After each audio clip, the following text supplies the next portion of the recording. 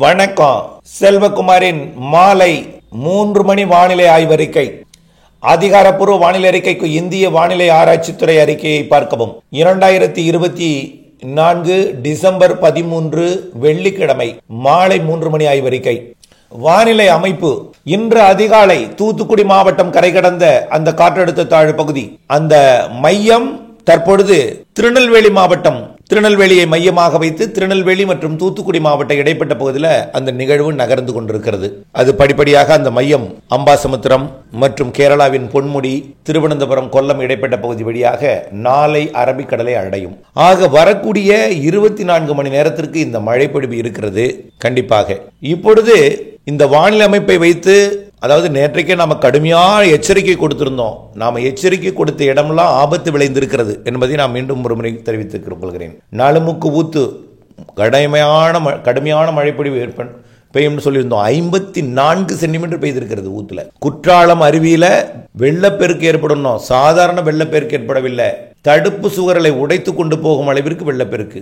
கடை தெருவே மூடிவிட்டது. பாபநாச அணை நிரம்பி விட்டது. உபரி நீரும் திறக்கப்பட்டு கொண்டிருக்கிறது. 50,000 கனஅடி. இன்னும் கூடுதலாக வாய்ப்பு இருக்கிறது. கொடைக்கானல் மலைப்பகுதிகளில் நிலச்சரிவு, மண் சரிவு, மழைப்பொழிவுகள் எல்லாம் நடந்திருக்கிறது. அதே போல திருமூர்த்தி அணைக்கட்டு பகுதியிலேயே 15 சென்டிமீட்டர் மழைப்பொழிவு. அதே போல அருவிகள் எல்லாம் வெள்ளப்பெருக்கு. ராஜபாளையம் ஐயனார் கோவில் பகுதிகளில் வெள்ளப்பெருக்கு ஏற்பட்டு ஏரி குளங்கள் நிரப்பிக் கொண்டிருக்கிறது. ஆகவே எல்லாம் ஒரு மகிழ்ச்சி அளிக்கும் வகையில் இருந்தாலும் பல்வேறு இடங்களில் விவசாய பயிர்களும் பாதிக்கப்பட்டிருக்கிறது. கடலூர் மாவட்டம் முழுவதுமே, எல்லா மாவட்டமுமே 10 சென்டிமீட்டருக்கு, 38 மாவட்டங்கள்ல 8 மாவட்டம் மட்டும்தான் 10 சென்டிமீட்டருக்கு கீழே.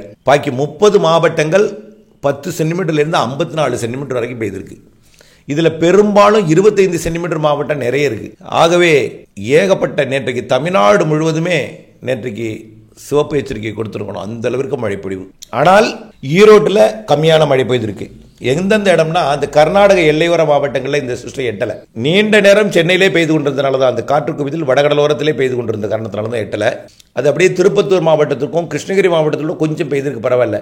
திருப்பத்தூர் மற்றும் கிருஷ்ணகிரி, தருமபுரி, ஈரோடு, சேலம் மேற்கு பகுதி மற்றும் நீலகிரி, இதுக்கு மட்டும்தான் கம்மி. நீலகிரி கர்நாடக எல்லையோர மாவட்டங்களுங்க, இது மட்டும்தான் கம்மி. பாக்கி எல்லா மாவட்டமும் 10 சென்டிமீட்டருக்கு மேலே, 54 சென்டிமீட்டர் வரைக்கும் திருநெல்வேலியில் பெஞ்சிருக்கு. 25 சென்டிமீட்டர்ல நிறைய இடங்கள். இதை படிச்சோன்னா அரை மணி நேரம் படிக்கணும், அந்த பட்டியலை படிக்கணும்னா. இப்போ என்ன மாதிரியான வானிலை அமைய போகிறதுன்னு பார்த்தீங்கன்னா, டெல்டா மாவட்டங்களில் விட்டு விட்டு மழை பொழிந்து கொண்டே இருக்கு. நாம சொன்னது போலதான் கடலூர், சேலம், ஈரோடுக்கு தெற்கே இப்போ மழை தொடர்ந்துட்டு இருக்கு. ஆனால் ஈரோடு மாவட்டம் இல்லை, தெற்கு திருப்பூர் தெற்கு, கோயம்புத்தூர் தெற்கு. ஆனால் கோயம்புத்தூர் தெற்குக்கு இப்போ இல்லைன்னா கூட மழை வரப்போகிறது. திருச்சி எல்லாம் காலையில் கனமழை. டெல்டா மாவட்டங்களில் இன்னும் இப்பொழுது கூட பெய்து கொண்டிருக்கிறது. ஆகவே விட்டு விட்டு கனமழை பொழிவு பொழிந்து வருகிறது. புதுக்கோட்டை, சிவகங்கை, ராமநாதபுரம் எல்லாம். இந்த மழை பொழிவு எப்போ விலகுன்னு இப்போ கேட்க தொடங்கியிருக்காங்க நிறைய மக்கள். ஆனால் 4-5 மாவட்டங்களில் குறைவாக பெய்திருக்கிறது இந்த சுற்று. அடுத்த நிகழ்வு காத்திருக்கிறது. அது தொடர்பாக இந்த அறிக்கையில் இறுதியாக சொல்றேன். உங்க மாவட்டம் தான் வருது. எந்த மாவட்டத்துக்கு குறைவாக பெய்தோ அந்த மாவட்டத்துக்கு. நீண்டகால அறிக்கையில் என்ன சொல்லியிருந்தோம்? அனைத்து மாவட்ட ஏரி குளங்களை நிரப்பும், அனைத்து மாவட்டங்களுக்கும் பிளஸ் சொல்லியிருந்தோம். மேற்கு தொடர்ச்சி மலைக்கும் மழை பெய்யணும், அரபிக்கடலுக்கு நிகழ்வு போகணும், மேற்கு தொடர்ச்சி மலைக்கு மேலேயும் கிழக்கையும் கிழக்கையும் மேற்கையும் உச்சிலையும் பெய்யணும், எல்லாம் பெய்து கொண்டிருக்கு. இந்த சுற்று நீலகிரிக்கும் ஈரோடுக்கும் குறைவாக இருக்கு. அடுத்த சுற்று ஈரோடுக்கும் குறைவாக, அடுத்த சுற்றில் நல்ல மழை பொழிவு கொடுக்கும். அதுக்காக இல்லைன்னு சொல்ல, இன்றைக்கும் நாளைக்கும் இந்த மழை வாய்ப்பு இருக்கு. ஆனால் பெரிய மழை இருக்காது, கொஞ்சமான மழை இருக்கும், 2 சென்டிமீட்டர் 3 சென்டிமீட்டர் வரைக்கும். ஆனால் தென் மாவட்டங்களுக்கு இன்னும் எச்சரிக்கை தொடர்கிறது. இப்போ கடலூர் மாவட்டத்தில் மாலைக்கு மேல் முன்னிரவிலே மழை விட்டுரும். அதுக்கு அடுத்தது நள்ளிரவிலே காரைக்காலுக்கு வடக்க விட்டுரும். நாளை அதிகாலையில டெல்டாவின் தெற்கு பகுதியில் இருக்கும் மழை. அது டெல்டாவிற்கு தெற்கு பகுதி நாளை காலை விடும், அதிகாலை காலையில் விடும். திருச்சி மற்றும் திருப்பூர் மாவட்டத்துக்கெல்லாம் நாளை காலை ஓய்ந்துவிடும் என்று எதிர்பார்க்கப்படுகிறது. புதுக்கோட்டைக்கெல்லாம் நாளை மதியத்துக்குள்ள விலகிடும், காலைக்குள்ள விலகிடும். மதியம் ஒரு முறை தூறல் வரலாம். அதாவது 14ஆம் தேதி சனிக்கிழமை மதியம் ஒரு முறை தூறல் வரலாம். நம்ம சொன்னதும் ஒரு நாள் தான் இடைவெளி சொன்னோம். 15ஆம் தேதி ஒரு நாள் இடைவெளி நாளை குறித்துக் கொள்ளுங்கள் சொல்லியிருந்தோம். 10, 15, 25 என்று சொல்லியிருந்தோம். ஆகவே 15ஆம் தேதி இடைவெளி என்று ஏற்கனவே அறிவிக்கப்பட்டதுதான். ஆக மதுரைக்கு தெற்கே நாளை மாலை விலகும். தென்கோடி மாவட்டங்கள் நாளை இரவு விலகும், அதாவது சனிக்கிழமை இரவு. ஆனாலும் கடலோரத்தில் 15ஆம் தேதி லேசான மழை இருக்கும். எங்க? தென்கடல் ஓரம், தூத்துக்குடி, திருநெல்வேலி மாவட்ட கடல் ஓரத்தில் மட்டும். தூத்துக்குடி கூட இருக்காது, திருநெல்வேலி, கன்னியாகுமரிக்கு மட்டும் இந்த 15ஆம் தேதி மழை இருக்கலாம் லேசாக. கன்னியாகுமரிக்கும் இருக்கும் 15ஆம் தேதி. அதுதான் இறுதியில் விடைபெறும் 15ஆம் தேதி. ஆக கண்டிப்பாக இரவுக்குள் மயிலாடுதுறை மாவட்டத்திற்கும், நாளை அதிகாலைக்குள் டெல்டாவின் பிற பகுதிகளுக்கும், நாளை காலைக்குள் திருச்சி உள்ளிட்ட பகுதிகளுக்கும், நாளை மதியத்திற்குள் புதுக்கோட்டை உள்ளிட்ட பகுதிகளுக்கும், மதுரை வரைக்கும், நாளை மாலைக்குள் விருதுநகர் போன்ற மாவட்டங்களுக்கும், நாளை இரவுக்குள் ஒட்டுமொத்த திருநெல்வேலி வரைக்கும் விடைபெற்றுரும். நாளை இரவுக்கு பிறகு அடுத்த நாள் கன்னியாகுமரி மாவட்டத்திலும் வங்கக்கடல் ஓரத்திலையும் மேற்கு தொடர்ச்சி மலை மற்றும் கேரளாவிலையும் லேசான மழை இருந்து கொண்டிருக்கும். ஆனால் அதற்கிடையில் நிறைய மழை பிடிவை கொடுத்துட்டு தான் போக போகுது. இப்போ நிகழ்வு எங்கே இருக்கிறது? திருநெல்வேலி மாவட்டத்தின் தலைநகர் திருநெல்வேலியை மையமாக வைத்து இந்த தாழ்வு பகுதி அமைந்திருக்கு. காற்று அச்ச வேண்டாம். குறைந்த அழுத்த பகுதியாக இருக்கிற காரணத்தினால்தான் இப்பொழுது திருநெல்வேலியில் மழை இல்லை என்பதை அறிவிப்பதற்காகத்தான் இந்த பகுதி. திருநெல்வேலி மாவட்டம் ஒரு குறைந்த அழுத்த பகுதியாக இப்போ இருக்கு. நேற்றைக்கு கடல் இருந்ததுனால திருநெல்வேலியில் அதிக மழை. திருநெல்வேலி மாவட்டத்தில் குறைந்த அழுத்த பகுதி. இந்த சிஸ்டம் அப்படியே மேற்கு நோக்கி நகரும் பொழுது குறைந்த அழுத்த பகுதி என்பது விடைபெற்று காற்று நுழையும் பகுதியாக வந்துடும். அதாவது மேக உருவாக்கத்திற்கு சாதகமான பகுதியாக மாறிடும். இப்போ 4 முக்கு ஊத்துல மழை பொழிந்து கொண்டிருக்கும். ஆனால் இது இரவில், அதாவது கொஞ்ச நேரம் தான், சில மணி நேரங்கள் 4 முக்கு ஊத்துக்கும் மழை இல்லாமல் இருக்கும்.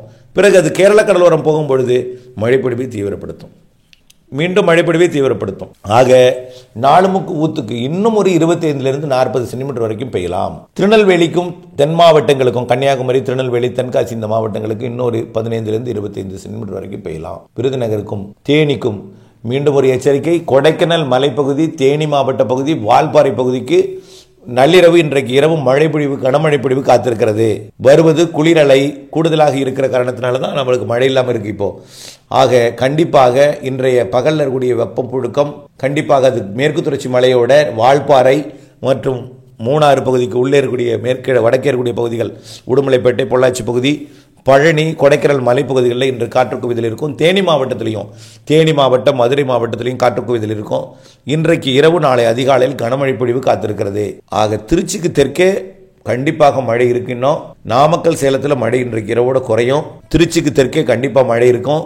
நாளை மதியத்துக்கு பிறகுதான் மதுரைக்கு தெற்கே மழை விலகும். சரி, மதுரைக்கு வடக்கே விலகும், மதுரைக்கு தெற்கே நாளை இரவு விலகும், அதாவது சனிக்கிழமை இரவு விலகும். ஆக மழை பொழிவு இந்த விலக போற நேரம் வரைக்கும் நல்ல வலுவாக இருக்கும். அதை முதல்ல புரிஞ்சுக்கணும். குறிப்பாக மேற்கு தொடர்ச்சி மலை, குற்றாலத்தில் வெள்ளம் இன்னும் 2 நாட்களுக்கு இருக்கும். ஏன்னா நேற்று பெய்த மழை தான் இன்னைக்கு வந்துட்டு இருக்கு. இன்றைக்கு பெய்த மழை நாளைக்கு வரைக்கும் வரும் அருவியில். ஆகவே கண்டிப்பாக இன்னும் 2 நாட்களுக்கு இந்த அருவியில் வெள்ளப்பெருக்கு இருக்கும். அடுத்தது திருப்பரப்பு, பேச்சுப்பாறை, பெருஞ்சாணிக்கும் இந்த எச்சரிக்கை நாளைக்கு, இன்றைய இரவு, நாளை அதிக மழை இருக்கு. இப்போ வரைக்கும் பாபநாசத்தில் அணை நிரம்பாத காரணத்தினால அளவா திறந்துட்டு இருக்காங்க. நிரம்ப வாய்ப்பு இருக்கு. இன்றைக்கு இரவு முழுக்கொள்ளவே எட்டி இருக்கணும், தகவல் தெரியல. ஆனால் கண்டிப்பாக இன்று இரவுக்குள் பாபநாசனை முழுக்கொள்ளவே எட்டிடும். ஏன்னா ஏற்கனவே அரை டேங்க் தான் இருந்துச்சு, பாதி தான் இருந்துச்சு. இப்பொழுது அது நிரம்பி கொண்டிருக்கும், நிரம்பி இருக்கும். அதனால் உபரி நீர் திறக்க வாய்ப்பு இருக்குது கூடுதலாக. ஆக நம்ம இது வந்து அச்சப்படுத்துவதற்காக அல்ல, உங்களுக்கு தேவை முன்னெச்சரிக்கை. முன்னெச்சரிக்கை எவ்வளவு கொடுத்தும் கூட அரியலூர் மாவட்டத்தில் ஆற்றங்கரையில் ஒரு குடும்பம் அடித்து செல்லப்பட்டிருக்கிறது. வேதாரண்யம், அதாவது நாகப்பட்டினம் மாவட்டத்தில் 2 உயிரிழப்பு ஏற்பட்டிருக்கு. இப்படி நிறைய பிரச்சனை. 4 முக்கில் ஊத்துல, மாஞ்சோலை பகுதிகளில் பாறை உருண்டு சாலை 2ஆக பிறந்திருக்கு. அந்த அளவிற்கு ஒரு பெரிய ஒரு பாறை. இப்படியெல்லாம் நிகழ்வுகள் நடைபெறும் பொழுது இதில் அசம்பாவிதம் நடைபெறாமல் இருப்பதற்காகத்தான் இந்த எச்சரிக்கை கொடுக்கிறோம். கண்டிப்பாக தொடர்ந்து நாளை மதியம் வரைக்கும் முன்னெச்சரிக்கையாக இருக்கட்டும். மேற்கு தொடர்ச்சி மலை நாளை இரவு தென் மாவட்ட மேற்கு தொடர்ச்சி மலை மட்டும், தென்கோடி அடுத்த நாள் காலை வரைக்கும் மட்டும். ஞாயிற்றுக்கிழமை இடைவெளி, திங்கட்கிழமை மதிய வரைக்கும் இடைவெளி. திங்கட்கிழமை அடுத்த நிகழ்வு தமிழ்நாட்டிற்கு, குறிப்பாக முதல் மழை பொழிவை வேதாரண்யம், நாகப்பட்டினம் மாவட்ட பகுதிகளில், அதாவது நாகப்பட்டினம் மாவட்டம் வேதாரண்யம் பகுதிகளிலையும், வேளாங்கண்ணி, நாகப்பட்டினம் பகுதிகளில் அடுத்தும், பிறகு காரைக்காலையும், பிறகு மயிலாடுதுறை மாவட்ட கடலோரத்திலையும் மழைப்பொழிவை வரக்கூடிய திங்கட்கிழமை 16ஆம் தேதி மதியத்திற்கு மேல் மாலையில் தொடக்கும். அதற்கு பிறகு அப்படியே கடலூர், புதுச்சேரி, விழுப்புரம், செங்கல்பட்டு, சென்னை, திருவள்ளூர் மழை தொடங்கிடும். அன்றைக்கு இரவோ அல்லது அது 17ஆம் தேதி அதிகாலையில். ஆக 17ஆம் தேதி அதிகாலைக்குள் மழைப்பொழிவு கடலோரம் முழுவதும் தொடங்கிடும். கிட்டத்தட்ட ஒரு 500 கிலோமீட்டர் தொலைவில் இருக்கும் பொழுதே மழைப்பொழிவு தொடங்கிடும். படிப்படியாக நெருங்க மழைப்பொழிவு தீவிரமடையும். படிப்படியாக உள் மாவட்டங்களுக்கும் மழைப்பொழிவு தொடங்கிடும். 17ஆம் தேதி இரவுக்குள் ஒட்டுமொத்த தமிழ்நாட்டுக்கும் மழைப்பொழிவு தொடங்கிடும். வருவது ஒரு ஆழ்ந்த காற்றழுத்த தாழ்வு மண்டலம் என்பதை புரிந்து கொள்ள வேண்டும். அங்கிருந்து வரும்பொழுதே ஒரு காற்றழுத்த தாழ்வு பகுதியாக தான் வருது. அதனால ஒரு மண்டலமாக தீவிரமடையும். ஓகே, மண்டலமாக தீவிரமடைந்து ஆழ்ந்த மண்டலம் வரைக்கும் கூட தீவிரமடையலாம். புயலா கூட மாறலாம். புயலா மாறி பேர் வைக்கக்கூடிய சக்தி என்ற பெயராக கூட மாறினால் கூட நீங்க அச்சப்படக்கூடாது. காரணம் ஏன் அச்சப்படக்கூடாதுன்னா, கடல்ல தான் அது புயலா இருக்கும். கரை கடக்கும் பொழுது செயலிழந்துடும். கடலில் தான் அது புயலாக இருக்கும், கண்டிப்பாக கரை கடக்கும் பொழுது செயலிழந்துடும். ஒன்று சுத்தமாக செயலிழந்துடும், மழையை மட்டும் கொடுத்து கொண்டே போகும். ஆனால் கடலில் இருந்து கொண்டு நிறைய மழைப்பொழிவை 17ஆம் தேதி, 18ஆம் தேதி, 19ஆம் தேதி, 20ஆம் தேதி ஆகிய 4 நாட்கள் கொடுக்கும் எல்லா மாவட்டங்களுக்குமே. கரை கடந்து போகும்பொழுது மேற்கு தொடர்ச்சி மலை மாவட்டங்கள், தென் மாவட்டங்கள், இப்போ பற்றாக்குறை இருக்கக்கூடிய நீலகிரி, ஈரோடு, திருப்பூர் வடக்கு, கோயம்புத்தூர் வடக்கு மற்றும் ஒட்டுமொத்த கர்நாடக எல்லையோர மாவட்டங்களுக்கெல்லாம் அடுத்த நிகழ்வு நல்ல மழைப்பொழிவை கொடுக்கும். இப்போ திருநெல்வேலியாக தெற்கு நோக்கி போயிட்டு கோடியக்கரை முனை வந்திருந்தால் டெல்டாவிற்கு மூழ்கடித்திருக்கும். கோடியக்கரை முனை வராமல், அதிராம்பட்டினம் பகுதிக்கு வராமல், அதாவது புதுக்கோட்டை மாவட்ட கடலோரம் வராமல் ராமநாதபுரம் மாவட்ட கடலோர பகுதியை நோக்கி, தலைமன்னார் பகுதியை நோக்கி இலங்கையோட வட இலங்கை கரை கடந்து போய்விட்டது.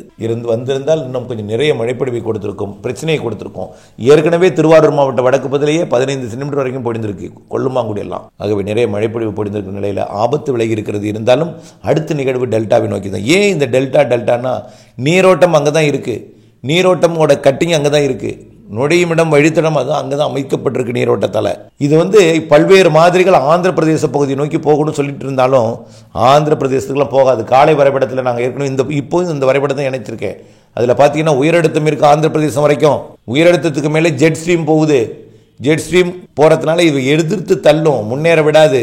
ஆகவே போனாலும் அது கரை கடக்காமல் எளிமையான கரை கடக்கக்கூடிய இடம்னு பார்த்தீங்கன்னா அது பாக்ஜல சிந்துக்குள்ள தான் நுழையும். அப்படி நுழைஞ்சா எளிமையாக போகக்கூடிய இடத்தை தான் தேடுமே தவிர கஷ்டப்பட்டுலாம் கரை கிடக்காது. கஷ்டப்பட்டு கரை கிடக்காது. கஷ்டமில்லாமல் எந்த இடத்துல நுழைய முடியுமோ அந்த இடத்துல நுழையக்கூடிய வழித்தடம் தான் பாக்ஜல சிந்தி. அதுக்குள்ள நுழைஞ்சிட்டுனா அவ்வளவுதான், நீரோட்டமே இல்லை உள்ள. அப்புறம் செயலிழந்துடும். செயலிழந்து என்ன ஆகும், சாதாரண அதீத மழைப்பிடிப்பை கொடுத்து கொண்டு அப்படியே புதுக்கோட்டை மாவட்டம் மற்றும் திண்டுக்கல் மாவட்டம், திருச்சி மாவட்டம், திண்டுக்கல் மாவட்டம் வழியா கரூர், கோயம்புத்தூர், திருப்பூர் மாவட்டம் வழியாக அப்படியே திண்டுக்கல், கோயம்புத்தூர், திருப்பூர் வழியாக பாலக்காட்டு கணவாய் வழியாக போகிறதுக்கு வாய்ப்பு. ஏன் சார் பாலக்காட்டு கணவாய் நான் சொல்கிறேன்னா ஏற்கனவே மழை பெஞ்சிருச்சு, இன்னமும் மழை எதிர்பார்க்க மாட்டீங்க. இப்போ எதிர்பார்க்கக்கூடிய மாவட்டங்கள் கர்நாடக எல்லையோர மாவட்டங்கள் மட்டும். அதுக்கு அந்த நிகழ்வு மழைப்பொழிவை கண்டிப்பாக கொடுக்கும், எல்லா மாவட்டங்களுக்கும் கொடுக்கும் என்பதை புரிந்து கொள்ளுங்கள். ஆக அடுத்த நிகழ்வு வரப்போகுதுன்னு உங்கள் தண்ணியை திறந்து விட்டுறாதீங்க. இப்போவே பெய்ய திறந்து விட நான் எப்பொழுதுமே சொல்லுவேன், பெய்ய வடிய விட வேண்டும். புரியுதுங்களா? நிகழ்வோட வழித்தடம் வாய்ப்பாக எடுத்துக்கொள்ளுங்கள். அதனால தான் இப்போவே மழை கண்டிப்பாக வரும்னு நம்ம 100% சொல்ல முடியாது. ஆனால் வாய்ப்புகள் அதிகம். பெரும்பாலும் நம்ம ஒரு திருப்பம் ஒரு அறிக்கை போட்டோம்னா அதில் பெருசாக மாற்றுறது இல்லை, பெரிதாக மாறாது. என்ன கோடியக்கரை வரும்னு எதிர்பார்த்தோம், அது கோடியக்கரை வராமல் ராமேஸ்வரம் போயிட்டு அவ்வளோதான். அடுத்த மாவட்டம் போயிட்டு புதுக்கோட்டை வரும், புதுக்கோட்டையிட்ட கரை கிடக்குன்னு பார்த்தோம், அது ராமநாதபுரம் கரை ஒட்டி போய் அது டெல்டா ஒட்டி புதுக்கோட்டையிட்ட கரை கிடக்குன்னு பார்த்தோம், அது ராமநாதபுரம் தூத்துக்குடியில் போய் கரை கிடக்குது. அவ்வளோதான், கொஞ்சம் தெற்கே போயிடுச்சு. ஆனால் நிகழ்வில் சிறு மாற்றங்கள் இருக்கலாம். அதனால் தொடர்ந்து வாய்ப்பாகவே இதை எடுத்துக்கொள்ளுங்கள். நிறைய மழைப்பொழிவு இருக்கிறது. அடுத்த நிகழ்வு 16ஆம் தேதியிலிருந்து 21ஆம் தேதி வரை மழைப்பொழிவு கொடுக்கும். 22ஆம் தேதியிலிருந்து 24ஆம் தேதி வரைக்கும் அடுத்த ஒரு காற்று சுழற்சி தாழ்வு நிலை வருகிறது. இலங்கை கடந்து மன்னார் வளைகுடா, குமரிக்கடல் வழியாக போகும்.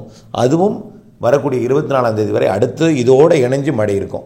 ஆனால் அது பாதிக்கும் மழையாக இருக்காது, இணைஞ்சு அது மழை இருந்து கொண்டே இருக்கும். ஓகே, கிறிஸ்துமஸுக்கு இடைவெளி நம்ம சொன்னதான் 10, 15, 25 இடைவெளி, அடுத்தது 1ஆம் தேதி இடைவெளின்னு சொன்னோம். ஆனால் இந்த கிறிஸ்துமஸுக்கும் 1ஆம் தேதிக்கும் இடையில ஒரு ஸ்ட்ராங் சிஸ்டம் இருக்குது கண்டிப்பாக. அது இன்னும் பிலிப்பைன்ஸ் பகுதியிலிருந்து வந்திருக்கு. ஆனால் தென்சின கடல்லையே புருணை அருகே நீடித்து கொண்டிருக்கு. புருணை அருகே நீடித்து கொண்டிருந்து அதாவது ஆஸ்திரேலிய பகுதியில் நீடித்து கொண்டிருக்கக்கூடிய ஒரு புயல் இதோட காற்றோட கட்டுப்படுத்தி வைத்துக் கொண்டு முன்னேற விடாமல் இருக்கு. அதாவது ஜாவா தீவு அருகே. ஆகவே இது அதெல்லாம் தாண்டி கண்டிப்பாக அந்த புயல் ஆஸ்திரேலிய புயல் செயலிழந்ததும் தப்பித்து வந்துவிடும். ஆகவே அது வருவதில் தாமதம். 25க்கு 24ஆம் தேதி எதிர்பார்த்தது அது 25க்கு பிறகு மாத இறுதிக்குள் கண்டிப்பாக வரும்.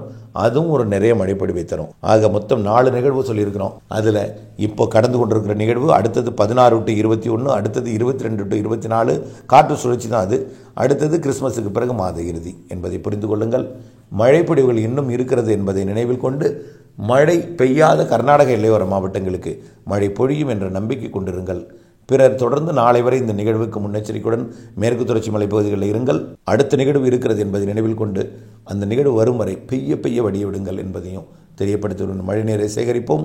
முன்னெச்சரிக்கையுடன் தொடர்ந்து அடுத்த நிகழ்விற்கு திட்டமிட்டுக் கொள்வோம். நன்றி.